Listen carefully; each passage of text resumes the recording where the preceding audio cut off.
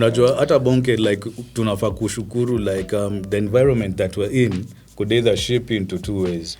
Ukwe pinji ama ukwe mjanja ukwe na street smarts. There's a lot of boys who are our youth them walishandwa. I need to make up my mind where I'm voting. Kuna a few of my friends, they are running for office. Wananiambia nichukue voters card zao. So Shefika place kuna domba kuna jiambia bala ni get dem wawili acha ni get mtoi. Unajua it's like my money is enough for this babe, I can take care of her. Unajiambia ama ni get dem mwingine anajiambia zibara ama loyal nigga acha ni get mtoi. Unajua nini? Let me tell you a very very warped statement that was thrown at me. There's one nigga of mine. It's like, yo Mel, ai paka sai. So I was like, yo my G, what's with the pressure? It's like I want you to become miserable like me. And those words have really Rama. You see kuna hiyo aspect ya yes unapeleka mtoi ma swimming club kwa hizo ma club zote, but real life skills, how to hustle, wewe mwenyewe probably you're just employed. You don't know the grinding, the nini. What is the modern way of parenting a kid so that I get easy life skills?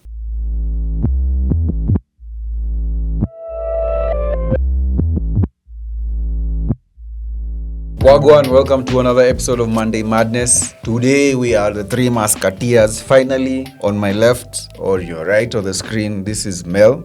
Donatello. On the left, Uni Bonnke. If you know Bonnke ni storyteller mdia sana. I think unamjua, he doesn't need any introduction. But kuna venye hasa wili wanajuana. Last time uliniambia juu ya Mel, nikasema Mel moja. Aya ndio huyu Mel sasa. Nyi wase mnajuanaje? Manze Mel ni boy wangu. Wewe kutoka wapi mnacheka? Mimi najua Mel for over 20 years. Walai. Hata 20 ni kidogo, like almost 30 years man. Hiyo sasa mnapeana mamia zenyu hapa hivi na kuna buddies. Hawa si wako 31. Ukisikia wanasema almost 30 years wako 31. Umse kwanza wako 31 and 8 months. Umse wako 31 9 months. Yes. So ni mabeshte wa kutoka mbali sana. Mel alikuwa anaishi the next block na mimi niishi block N, Mel alikuwa anaishi block M. Wallahi. So tume grow up tu tukicheza katolo hapo nje. Katolo ni hopscotch by the way. Katolo ni hopscotch. Katolo si hopscotch. Katolo ni game gani? Katolo si ile ambara. What do you mean by? Katolo ni ile kwa hapo nje hapo. Ile unachora kwa ground. Ni hopscotch. Ni unachora afu narusha. Hiyo ndio hopscotch. Ndio sasa but hopscotch ya hood.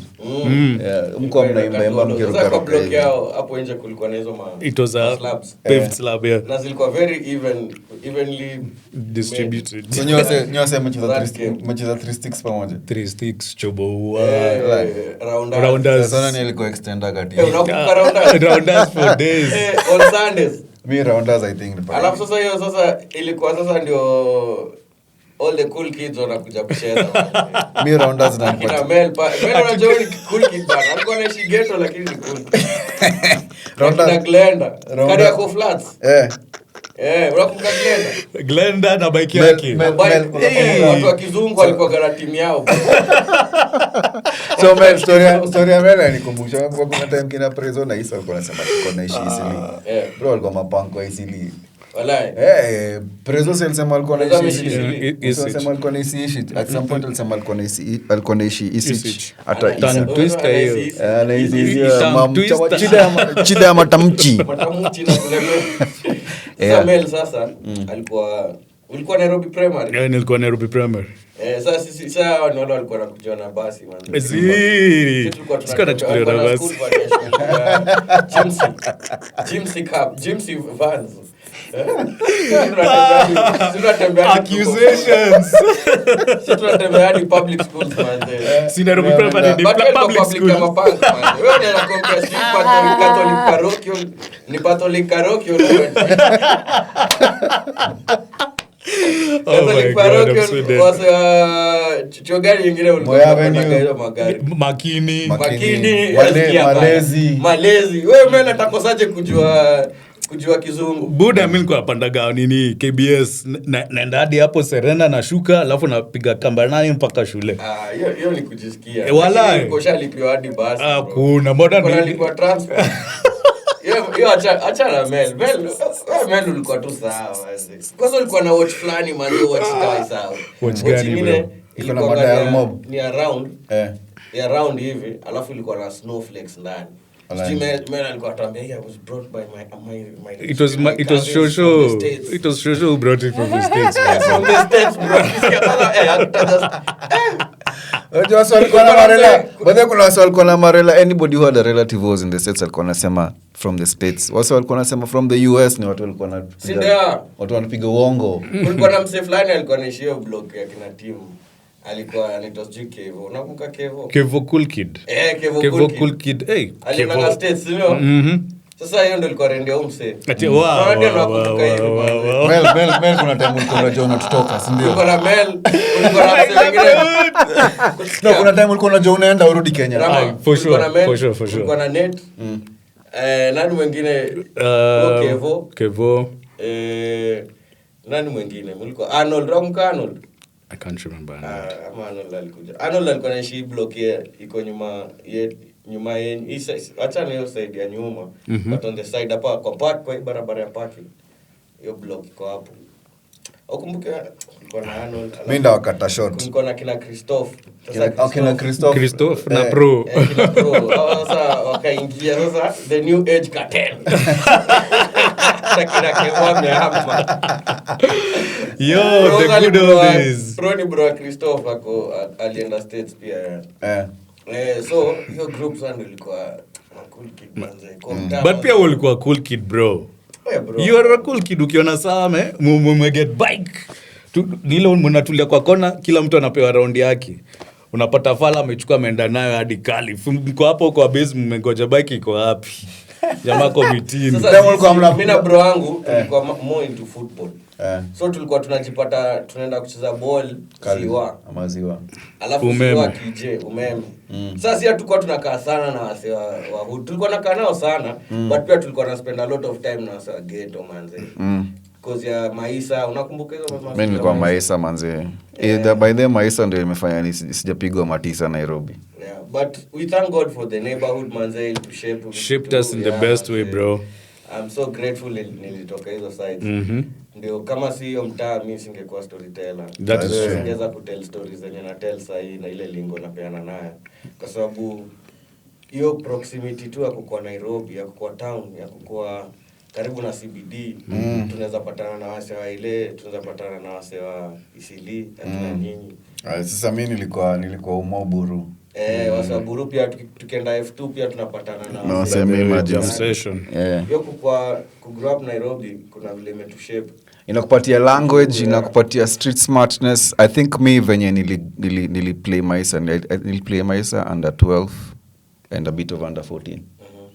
Kwenda unajua ghetto zinakuanga na ghetto. Kuna wasawa miningi like kuna Dandora, ghetto ya Dandora ni Korogosho. Alafu ghetto ya Korogosho ni Ngomongo.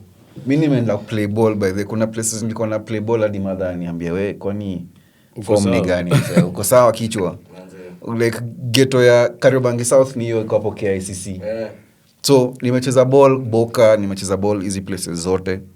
Ikafika place sasa the only reason my mom now had to move us to Buru from those places is because you know when you become teenagers unaanza kusikia stories za kuna msee alikuwa anakam game niyo sema mnacheza ball msee anakam na bag imejaa tu mandenga anasafirisha bag imejaa iko na guns manze unashindwa hizi ni story gani madhako unashtuka kidogo watu wanacheza ball after selenye mna home because mnacheza under 12 ama under 14 mother anasikia kuna swali kuna kula mavela hapo kando like so guys are smoking weed ni mkicheza bola na hii influence ni mbaya. Mimi mother alinitoa hivyo tukaingia Buru after. Sasa it was so common. Mimi tunacheza bola hapo umeme. Wase wanashandwa tu hapo. Ama mko game makarao naingia kutoka kwa gate huko. Basi sasa pitch huko chini. Unajua ni pitch za 12 aside under 12 7 aside so zilikuwa na split huko mwisho. Unaona karao naingia manze. wase wako mko game na wase wanacheki ni makarao hivi wako walk design ya noma. Wanapanda ukuta wanaruka on the other side. So it's a ball kwa cemetery. Mtako na ball, anaacha ball katikati. Anahepa. Karao ndio ule. Ati karao.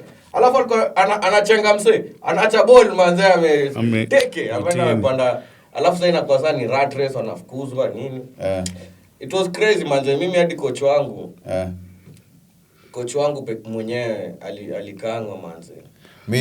I'm so lucky. Nilikuwa nachezea team nyingine iko sawa inaitwa Samaritan Kids. Coaches wote walikuwa street, alikuwa anaitwa Erico by this day and asati yangu ya Maisa. Kama Erico na niwachigi by the halat me.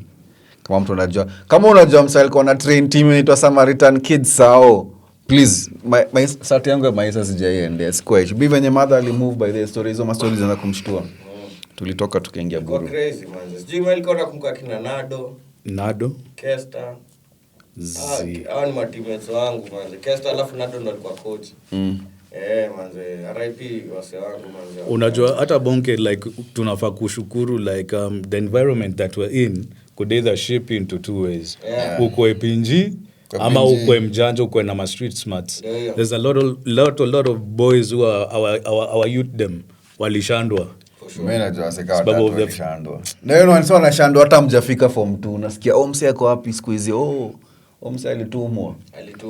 So it's crazy now we need like a whole episode to Bonnke hizo masiku hizo ma area tulikuwa tuna grow. As in we have a lot of stories hizo gang. But speaking of gang manze, kuna gang moja Mexico. Sijui kama umesikia msanii anaitwa El Mencho. Big Dog. Ule ali replace anaitwa mse mwingine not El Chapo. El Chapo, El Mencho ndo alikama akachukua his cartel, came over and took over the NG. The bigger cartel after El Chapo. New generation. Yeah. New generation cartel. Also wanafanya vitu wazimu bro. New Jalisco jina ni bado liko sijaipata vizuri. Manze ni crazy vitu hao sana nafanya. Watch Narcos. I loved Narcos man. Watch Narcos nini inaitwa hii Narcos? Kuna Narcos mbili. Kuna ya Mexico na ile ya Colombia. Narcos Mexico ni fiam. Alafu sasa una watch news by then ikawa una watch Narcos tena hizi ni nini? What do you mean these people are bombing airports? Manze. You know like like these guys have a whole military behind them. Manze hizo armors jua natoa wapi? I think under the watch of the zinapitia wapi zikiingia? Bro acha nikushow. Hiyo border ya US iko porous. And the border in a stretch like such a long distance. I think people concentrate more on Mexicans going into the USA than arms being smuggled from the US into Mexico. Because nilikuwa nasoma pali this week ati Mexico iko na only one legal armor seller. Like you can only buy guns from and you have to go through a rigorous process.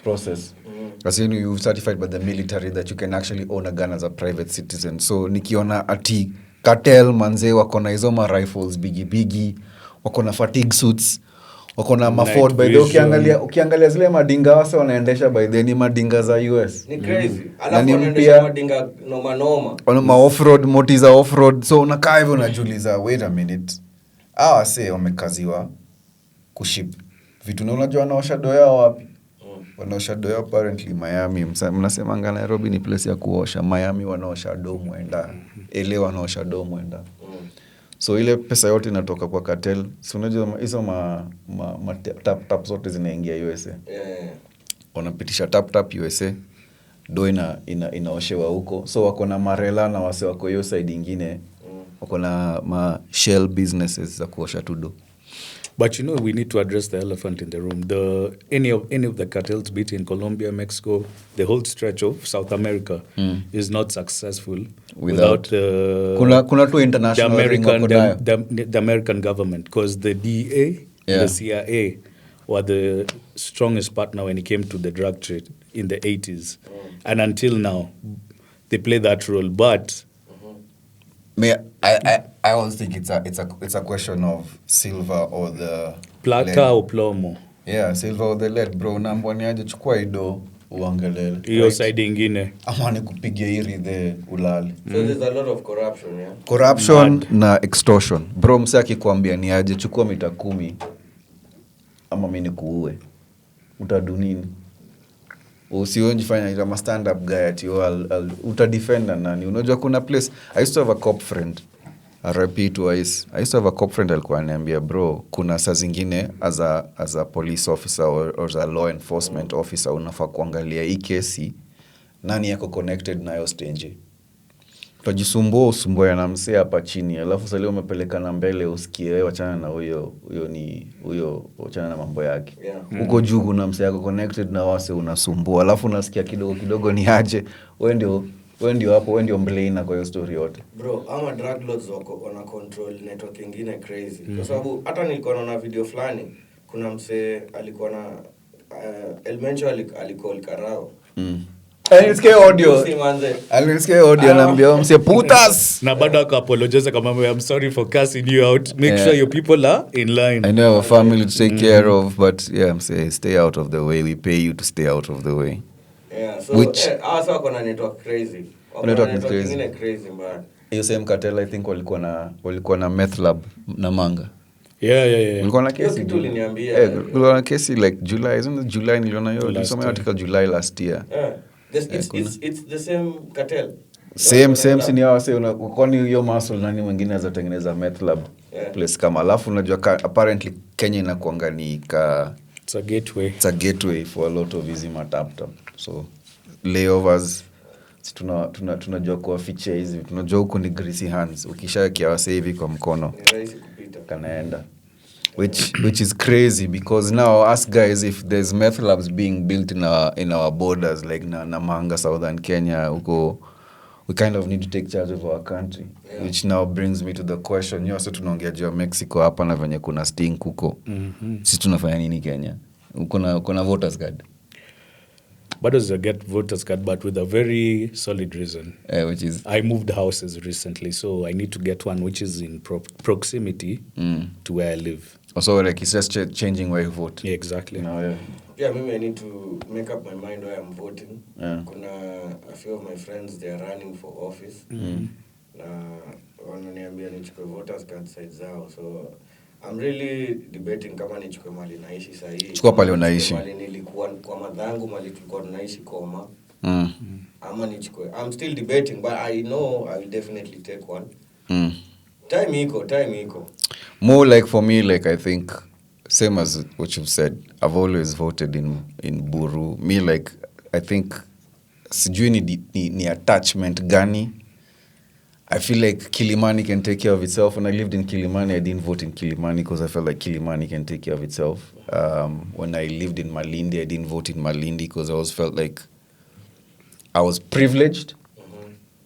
Unajua pia huwezi badilisha pia hive mind like huwezi kwa this single person and preacher so you kind of have to run for office in order to show people what they can impact in. So Malindi I was privileged enough to be among maybe the 5%ers huko because I was living really well. I used to nearly fly Nairobi to vote. So mimi kitu inaniumanga and the reason why I vote in Buru is because I moved to Buru. I think we moved to Buru in 98. I think a year after the elections, nikiwa like class 6. So minimum na Buru by the Buru ikifade tu. Unajua hiyo mtaa ilikuwa ya mapunk kitambo. Buru ilikuwa like punk of the east, like capital city of the east ilikuwa like this is where you can actually, it was a middle class neighborhood in the 70s and 80s. Buru ilikuwa neighborhood ingine serious. Manze, so minimum na ikidegrade in terms of hapo showpiece. Kuzi manze unaangalia Buru, ukitembea Buru phase 2 huwezi kosa kuona mse moja amechizi ama junkie. And what is killing Buru? What can you say is killing Buru? I think Buru kitu naua Buru ni the fact that CBD imekuwa decentralized. So kuna wase wanatoka Dandora, wanafika Buru, hapo ndio mwisho. Kupiga job. Wase wanatoka Kayole, Buru ndio mwisho, kama ni sherehe, kama ni banking, kama ni shopping, hizi vitu zote. And then Buru iko kwa njia. So kama unaenda Dandora, 36 zinapita hapo. Kama unaenda Sao, hizo matri zinapita hapo. So utapata, since kuna hiyo population ya wase wako nayo, people have the money, like a lot of small shanties zina pop up everywhere, so hakuna hiyo structure, and I've seen it degrade from that, because before watengeneze Sonko Road ya kuconnect Buru na Umo, alafu wa centralize vitu, so watu waliacha kuingia mjini. Unajua kitambo ilikuwa kitaka kitu lazima uingie CBD. Sasa hii Buru iko na KFC, iko na hizi vitu zote, iko na banks, iko na mahosi, watu wanafika Buru as mwisho. So for that traffic you find that a lot of people, kuna vibanda mob, watu wanauza jaba, watu wanauza tea, my wines and spirits tea mob. So I think bado wewe umetouch on something lakini unacha the main thing.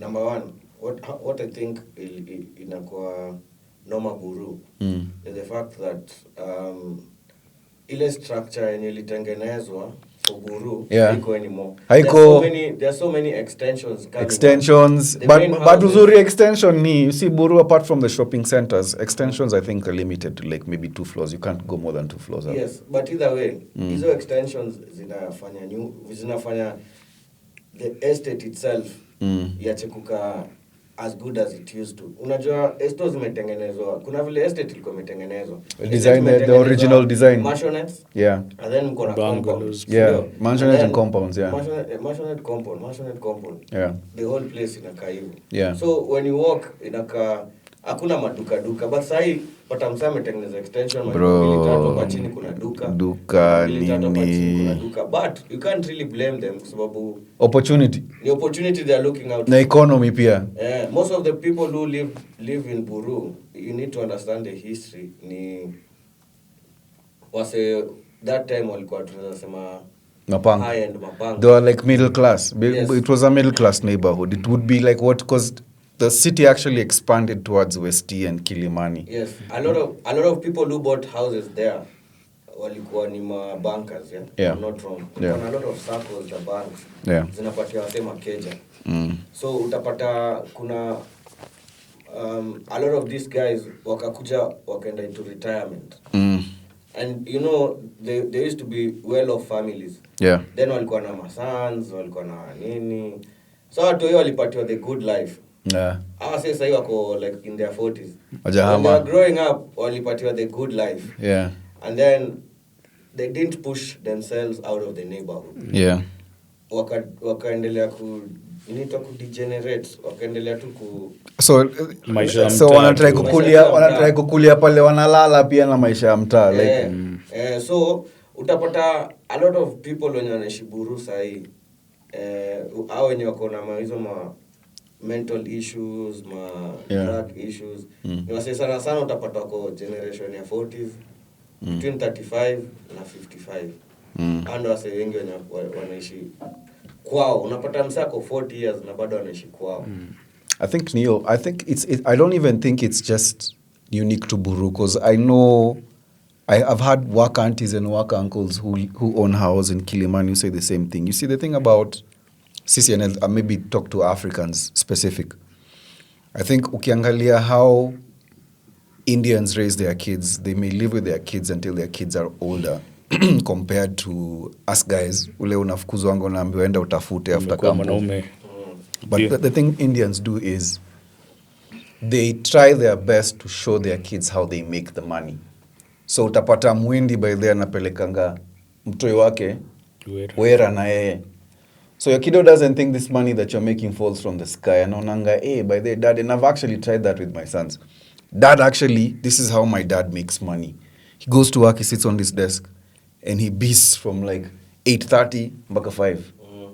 So chutis do that, and even during the holidays, but they have worked in different Asian companies where even during the holiday you find like their daughters after clearing high school wanakam kwa ofisi, wanachapa job na nyinyi, wanaangalia, wanascan environment. This is how we make their money. If a Mwindi owns a company, he'll try his best to show his sons and his kids how to run the company, so that there's that succession from when I'm not there.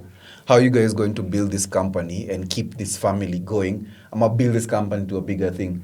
Sisi bro, unacha watu hiyo fanye kenye wanadu. I agree. Angalia Naivas Taskis. Double M bro, yeah. Like Mzayana dedi hivi kambu yote. In the case of Buru, yeah. I say most of their parents are guys who are employed. Yeah. Some used to work for the government. Yeah. You know, civil servants. Others used to work for banks. and then they had to retire. Sasa utashwaje mtoto wako? The best you can give them probably is just education. True, but also I believe, I don't believe, like, you see, education without, most say you can't solve a bravery issue with more intelligence. Want to get? I don't know if I'm making sense. If the issue is that I'm not brave enough to go out there and explore the world, the solution is not Education. go and now get a second degree, a third degree, a PhD. Bro, kawe ni mwoga. Kuna wase wako huku nje wanajituma na degree moja and they're making something of themselves. So for me, I always believe, not that education doesn't matter, but your education should always come with a level of try and fail. It's also happening in Karen now, where the kids are not moving out of their parents' houses. Msi anagopa kuishi Kilimani juu, like, Kilimani inaonekana, bro, mimi naweza ishi aje na wasi commoners. Yeah. Unaona, I live in a big, it's a Nairobi, I think it's a Kenyan thing, and I don't even think it's a Nairobi issue, because actually it's a Nairobi issue. It's a Nairobi issue. Watu wa Ocha wanakujanga Nairobi kupiga maisha. Hao ndo wana make it. Hao ndo wana make. That's what I wanted to say. Yeah. Mel, unakumbuka a lot of the guys wenye tuliwacha Mtaani. Bado wako hapo sahi. Bado wako hapo. So ndo nasema it's a Nairobi issue. Wale wase wote wamelelewa Nairobi, grow up Nairobi, wamezaliwa Nairobi. Kuna comfort zone fulani wanakuanga nayo. Man, I think ni overparenting, because the minute umwambia mjunior wako I have this house, ashajiambia ni yake.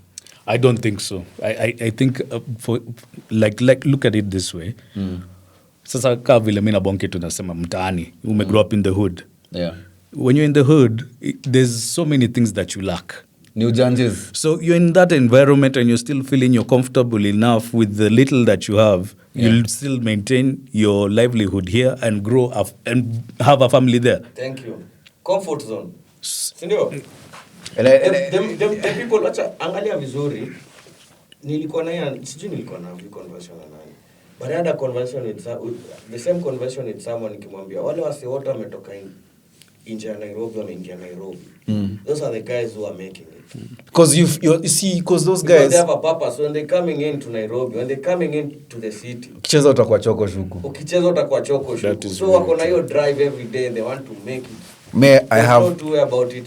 You're one day away from being homeless in Nairobi. 90% of the comedians on Churchill Show. Wasaocha. Wale wasa kukam, tunaita tusema wasa kukam. Hao ndo wanajituma. I think inakuanga ni two things. I think it's a two-pronged thing, where it's one, what you're saying is right. It's the comfort zone, and also more ni kama if you don't have a risk appetite, like ukijua by the leo nisipojituma ndapata place ya kulala, ndapata food, you just stop applying yourself. Because kuna msee akikwambia bro leo nisipouza kitu na lala, ushaifungiwa keja. Ukiuliza msee ushaifungiwa keja, msee ajui your feeling kama jai hama. Yeah.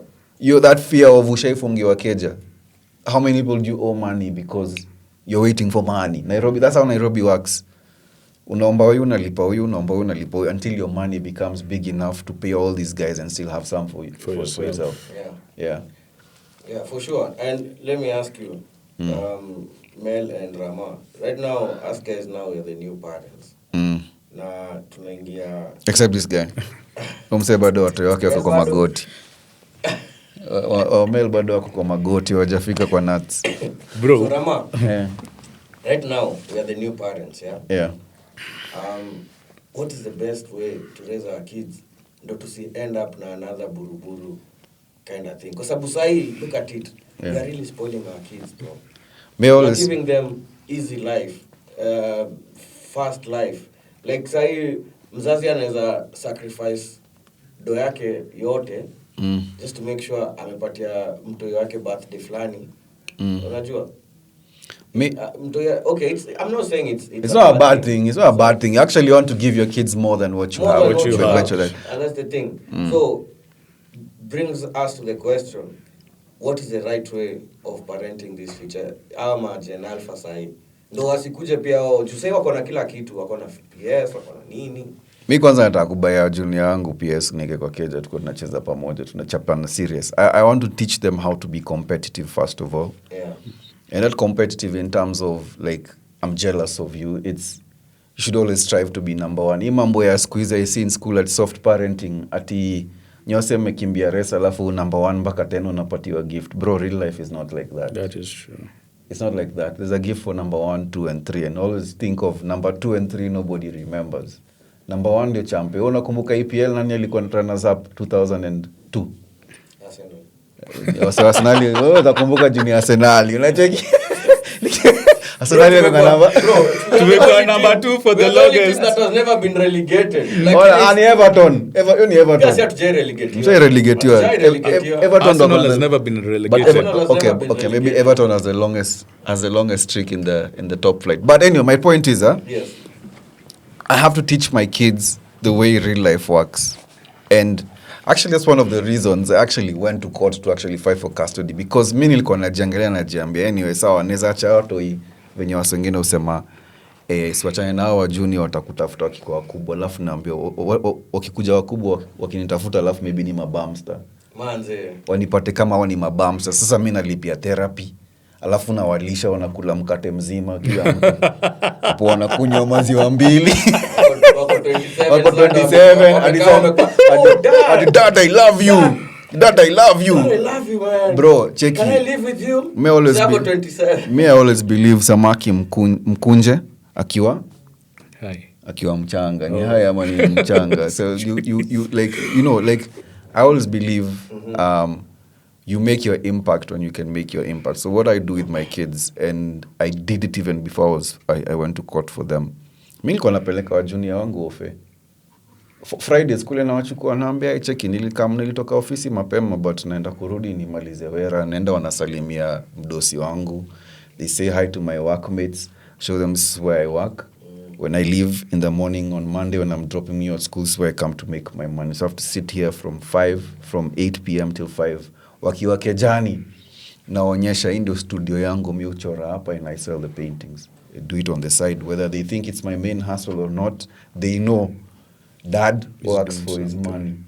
Dad goes somewhere or dad akiamka asubuhi anenangana kwa ile desk na laptop yake anafanya chapa. That's the only way anatulipia heated pool. Concord suits. When watu wangu wakiniambia wanataka kwenda kuswim na wapelekanga heated pool, mimi sipelekangi pool ya baridi na ni indoor pool. I do that for a specific reason. So they know, like they see me working and they see where the work goes.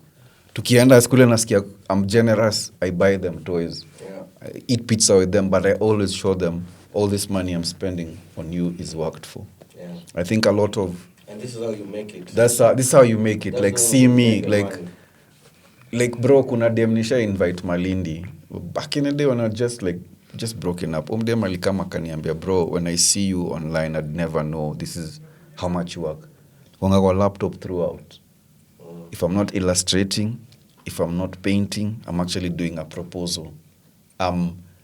Iyo online na kuangani kama venye una squeezing juice alafu unapata hiyo pulp ya juu.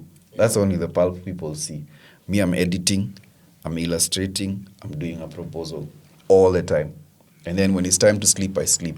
That's how boring my life is. Rama,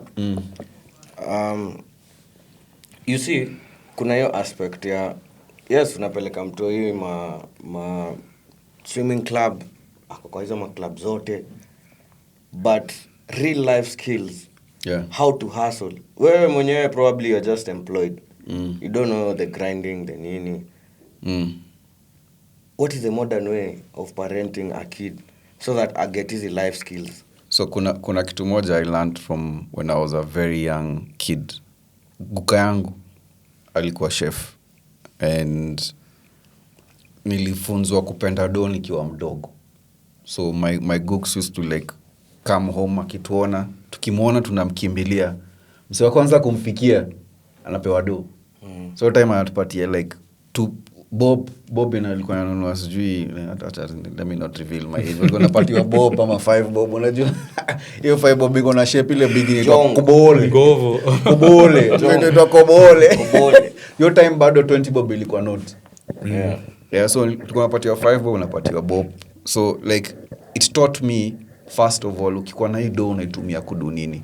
That's one thing I learned.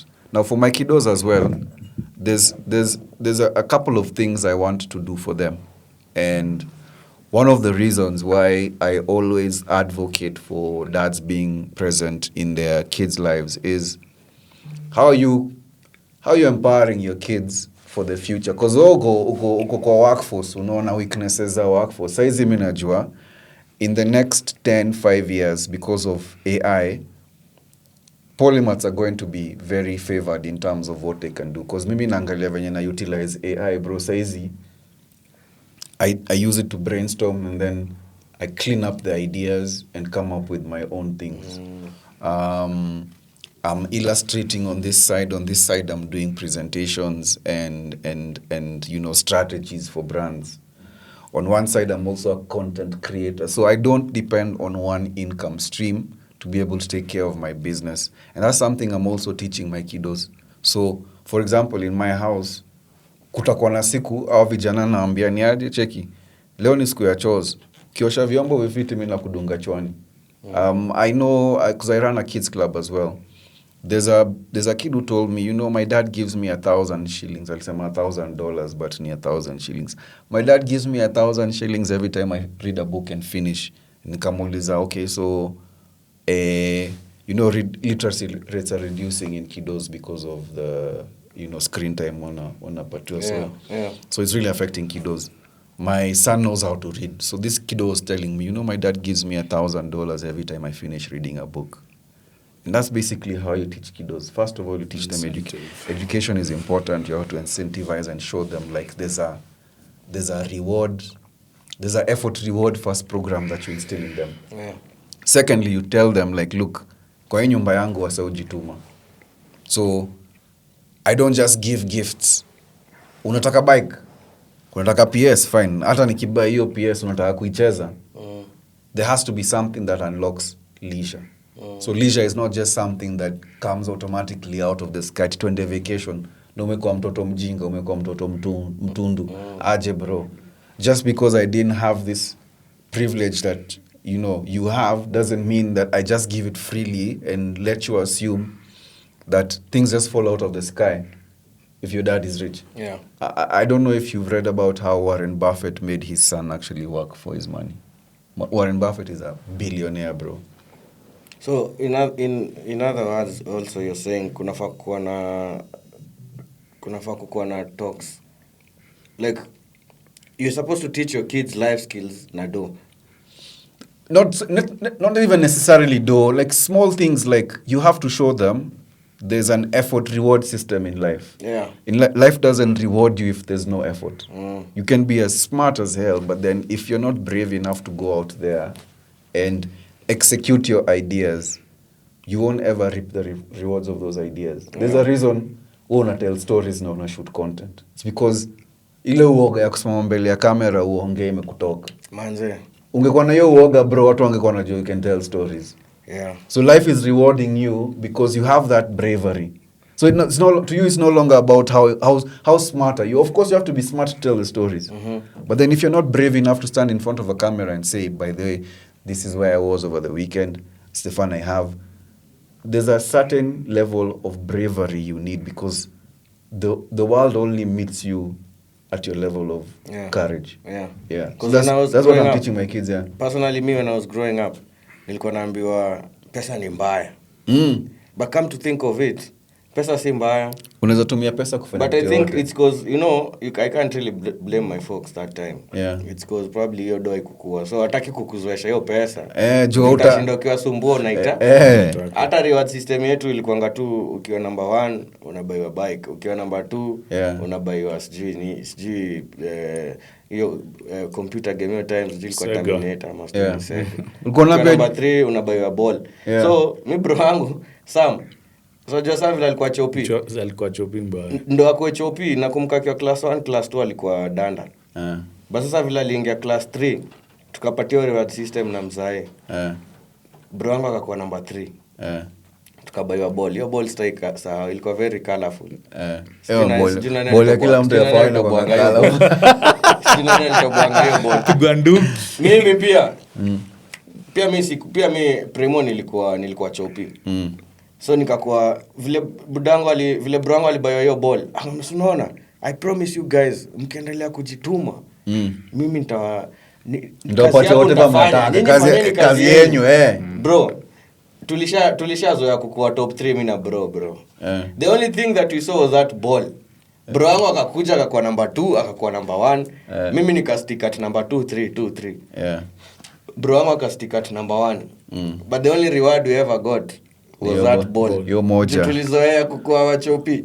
See, the thing is, your ball na hiyo incentive ya kupewa ball bike ama video game console ilikuwa the barrier, like that's the barrier you needed to break. So sometimes you have to incentivize your kids in terms of, bro, ukibreak hii barrier na kupatia hii, then once mtu amebreak hiyo barrier haizi rudi nyuma juu ashapata hiyo self confidence. Exactly. Ashajua by this guy keeps his word. Hiyo ndo makosa tulifanyiwa manze. Tulichochwa na hizo magifts alafu tukapatiwa 2 balls peke yake. But we thank God. Now moving forward, I know I can be a better dad. And I'll teach my kids stories za do vizuri.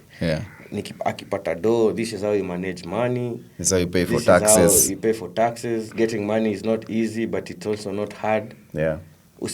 Usilelewe ukijua kupata do ni ngumu, ati kila saa mzazi analia. It's all mental. Uki grow up kwa family yenye wanashinanga tu akiwa parents wako walikuwa nakwambia kupata do ni ngumu. Unafikiria unaitisha pesa unauzishia. Ukiogopa do, ukiogopa pesa because unajua hii do kuipata si rahisi. And not everybody gets it. But sasa wewe hautaki kujua there's also this other half of the society that also makes money easy.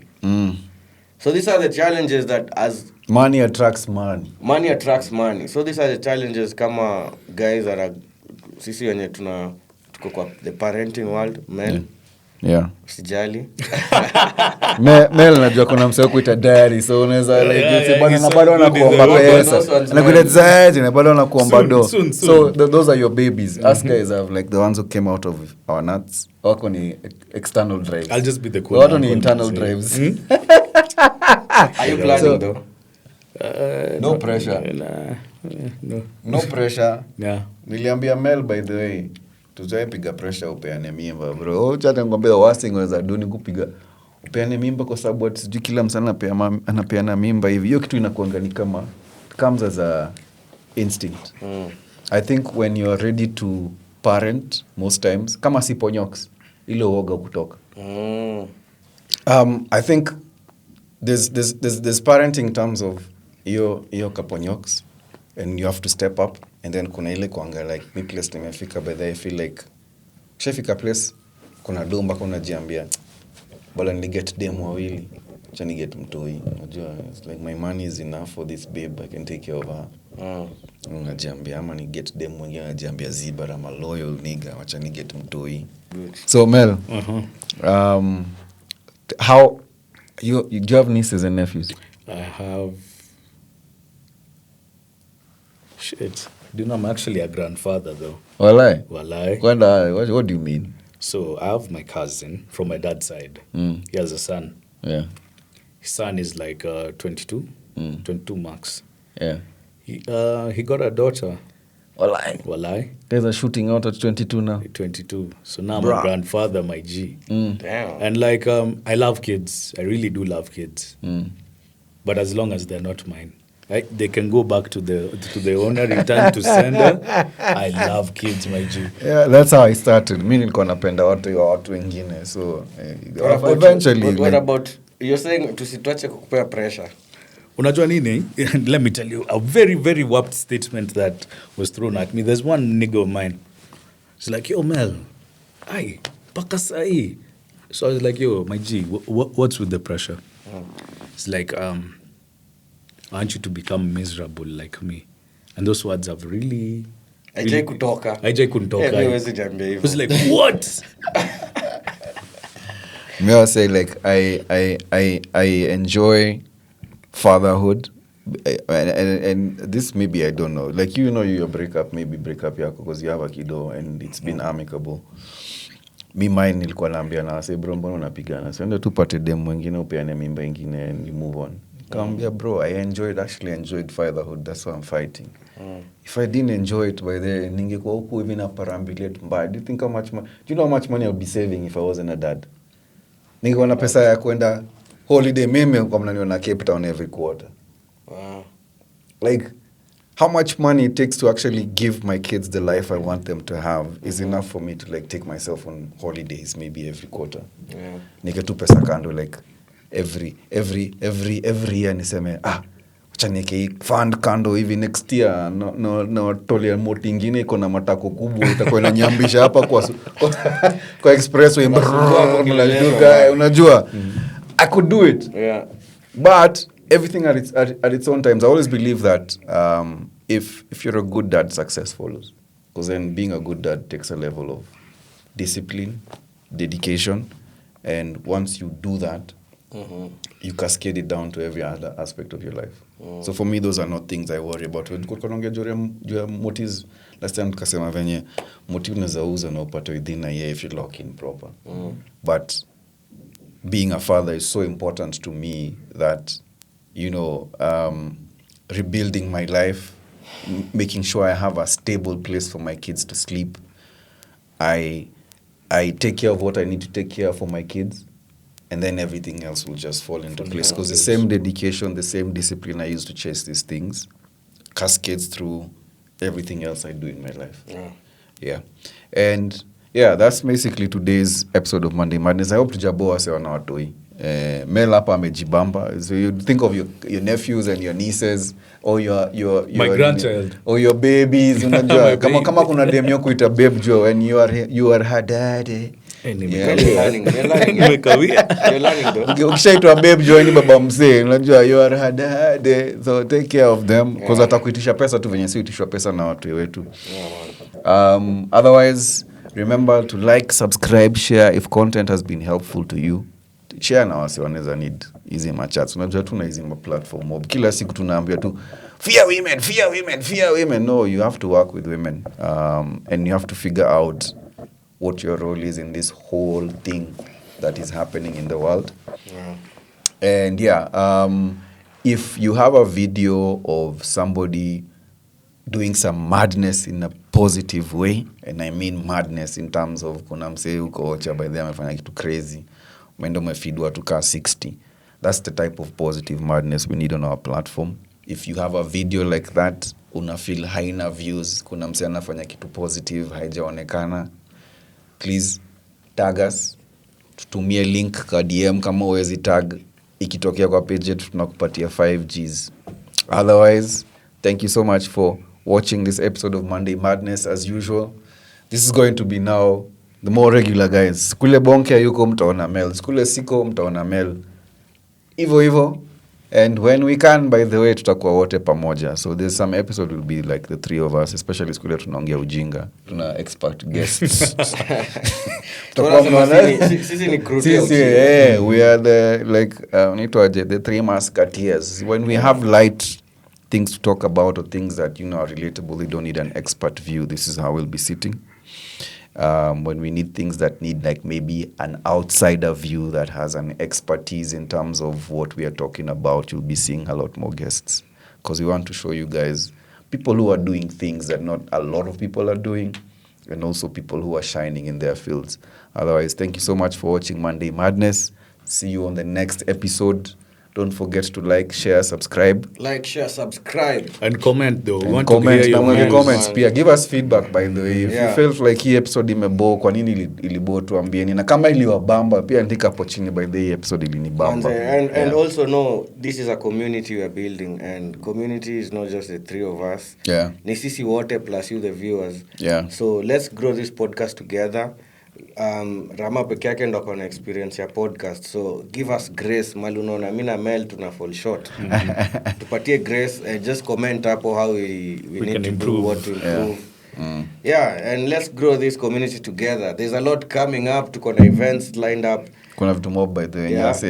Hizo events zitaweza mbaya, and I hope you guys will pull up, man. Yeah, Monday Madness is going to be like a movement. Yeah. And it's just a beginning. So hopefully with consistency we can bring it out. Yeah. That's why you're seeing these guys in the studio. Man, there's nothing as good as having someone mwenye anajiamini. And now it's not just someone but 3 guys wenye anajiamini wako ready to create a movement. So ndao sisi man. tucheza katolo, tucheza bano, kama tutacheza bano, us guys are here for winning. Yeah, like, share, comment, subscribe, manze, naambieni mabeshte wenyu pia to do the same. Tuta appreciate sana. Otherwise my G. Shukran sana. Next episode. For sure. Karibu sana you guys. Broski. Melomel. Brother. Until next time, guys. Manday Madness, hashtag.